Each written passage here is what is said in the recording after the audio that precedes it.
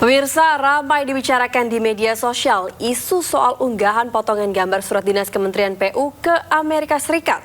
Pasalnya dalam surat resmi tersebut ada nama Menteri PU bersama anak dan istrinya. Sekretaris Jenderal Kementerian PU Apri Artoto mengklarifikasi isu yang ramai beredar di media sosial soal unggahan potongan gambar surat dinas Kementerian PU ke Amerika Serikat.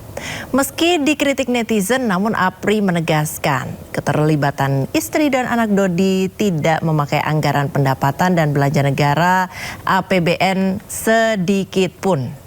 Pencantuman nama istri dan anak Dodi dalam surat tersebut adalah untuk pengurusan visa ke Kementerian Luar Negeri.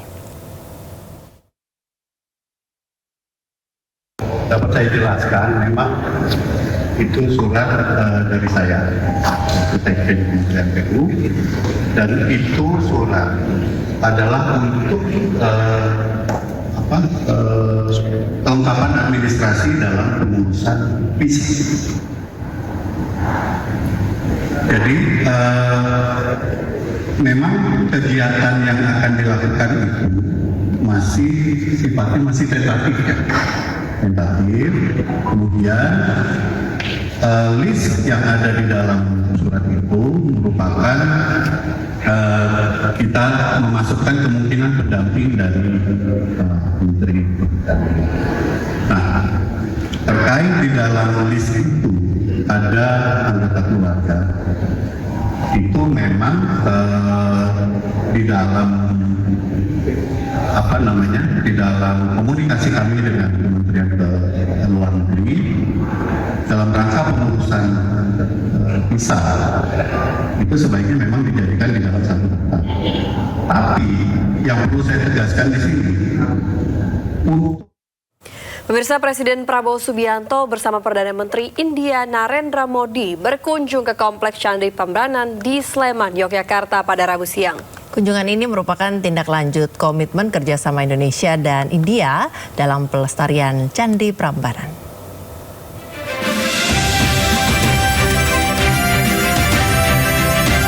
Presiden Prabowo Subianto bersama Perdana Menteri India Narendra Modi tiba di Kompleks Candi Prambanan Sleman, Daerah Istimewa Yogyakarta, Rabu siang. Setibanya di lokasi, Prabowo dan Modi disambut pertunjukan seni tradisional Ramasinta yang menampilkan 4 orang penari anak dengan tari klasik gaya Yogyakarta. Kedatangan Prabowo dan Modi ke Prambanan kali ini untuk meresmikan konservasi dan restorasi kawasan Candi Prambanan sebagai bentuk tindak lanjut dari komitmen kerjasama Indonesia dan India. Agenda pun dilanjutkan dengan peninjauan panel proyek konservasi dan restorasi, kemudian prosesi peresmian melalui pembukaan selubung plakat di area koncourse Candi Prambanan. Fokus kerjasama diarahkan pada revitalisasi ratusan candi perwara yang mengelilingi 3 candi utama di Kompleks Prambanan yang berstatus sebagai situs warisan dunia UNESCO sejak 1991. Hari ini, saya berkesempatan mendampingi Yang Mulia Perdana Menteri Republik India, Bapak Narendra Modi, mengunjungi Candi Prambanan, salah satu mahakarya peradaban dunia sekaligus warisan budaya yang menjadi kebanggaan tidak hanya bangsa Indonesia tapi juga kebanggaan dunia. Kunjungan ini memiliki makna yang sangat istimewa.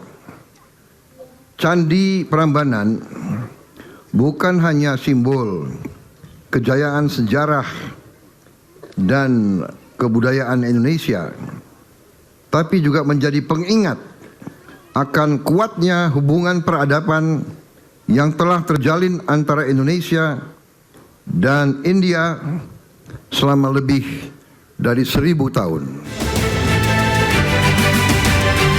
Peresmian proyek ini menjadi tindak lanjut komitmen kerjasama antara Indonesia dan India dalam pelestarian Candi Prambanan.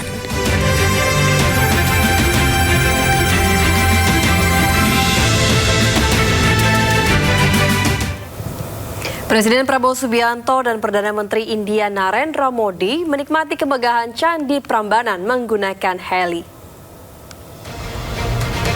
Iring-iringan 4 helikopter termasuk heli utama kepresidenan lepas landas dari Bandara Internasional Yogyakarta.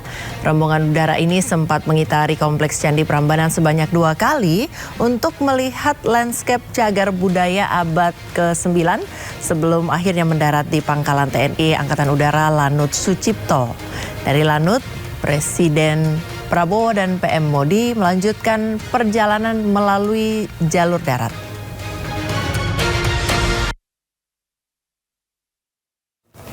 Roy Suryo dan Dr. Tifa mengaku mendapat ancaman pembunuhan menjelang persidangan terkait polemik ijazah Jokowi. Roy dan Tifa juga mengaku mendapat berbagai bentuk intimidasi. Orang saya bilang borgol aja yang semua polisi saya bilang emang benar. Kalian mau bunuh Roy Suryo sama Dr. Tifa saya bilang. Semua lain kok.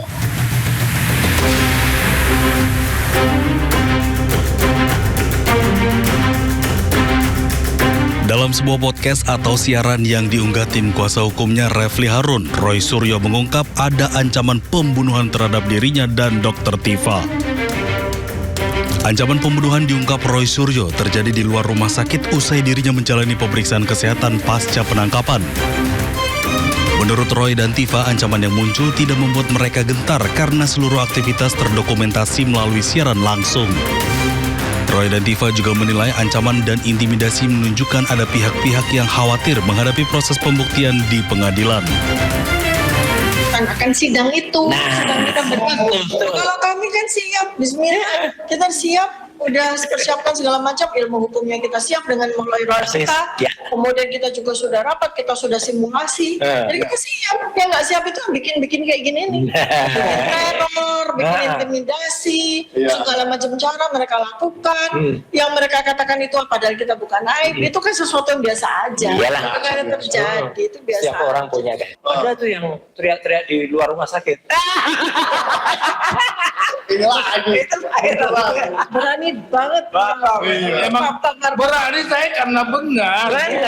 Katanya mereka juga berani ngapa-ngapain. Orang saya bilang borgol aja yang semua polisi saya bilang emang benar. Kalian mau bunuh Roy Suryo sama Dr. Tifa saya bilang. Semua lain kok. Iya. Enggak kita. Karena kami lain sudah satunya live. Jadi ini udah tahu mau dipaksakan ini. Itu aja. Dr. Tifa akan menjalani sidang kedua yang beragendakan pembacaan keberatan atau eksepsi pada Kamis 9 Juli. Sementara Roy Suryo akan menjalani sidang pra-peradilan keduanya terkait status tersangka pada Jumat 10 Juli. Pada pra-peradilan pertama terkait penangkapan, penggeledahan, dan penahanan, Majelis Hakim memenangkan Roy Suryo.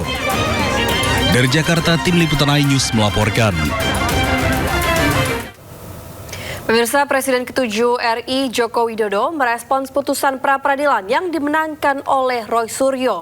Sementara terkait sidang pokok perkara, Jokowi menegaskan bahwa dirinya siap menghadiri persidangan jika diminta serta akan menunjukkan ijazahnya.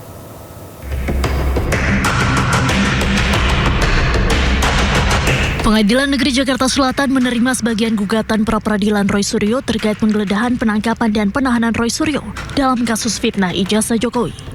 Hakim menyatakan penggeledahan, penangkapan, dan penahanan Roy Suryo tidak sah.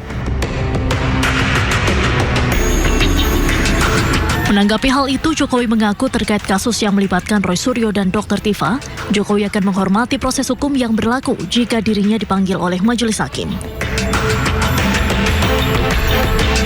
Jokowi menekankan komitmennya untuk membuktikan keaslian ijazah miliknya. Ia menyatakan bakal membawa dokumen asli ijazahnya dari SD sampai S1. Hal ini berlaku untuk kedua persidangan, baik untuk perkara Roy Suryo maupun Dr. Tifa. Kita harus menghormati proses hukum yang ada dan mekanisme hukum yang ada. Kalau saya diundang oleh Yang Mulia Majelis Hakim untuk hadir di forum persidangan, ya saya akan hadir. Dan sesuai yang saya sampaikan yang lalu, saya akan membawa dan menunjukkan ijazah dari SD, SMP, SMA, dan S1 yang saya miliki. Diketahui babak baru kasus fitnah ijazah Jokowi kini tengah bergulir di meja hijau. Terdakwa Dr. Tifa telah menjalani sidang perdana di Pengadilan Negeri Jakarta Timur pada 2 Juli lalu. Sementara itu berkas perkara terdakwa Roy Suryo masih menunggu jadwal persidangan resmi lantaran Roy sempat mengajukan gugatan pra-peradilan. Tim Liputan News melaporkan. Pengadilan Negeri Jakarta Timur akan kembali menggelar sidang kasus ijazah Jokowi dengan terdakwa Dr. Tifa pada hari ini. Sidang hari ini mengagendakan penyampaian keberatan atau eksepsi dari pihak kuasa hukum terdakwa Dr. Tifa terkait kasus dugaan fitnah dan pencemaran nama baik atas ijazah Jokowi. Sidang dijadwalkan akan berlangsung pada pukul 9 waktu Indonesia Barat. Dari Dr. Tifa di PR. Dari sana, dari Kompi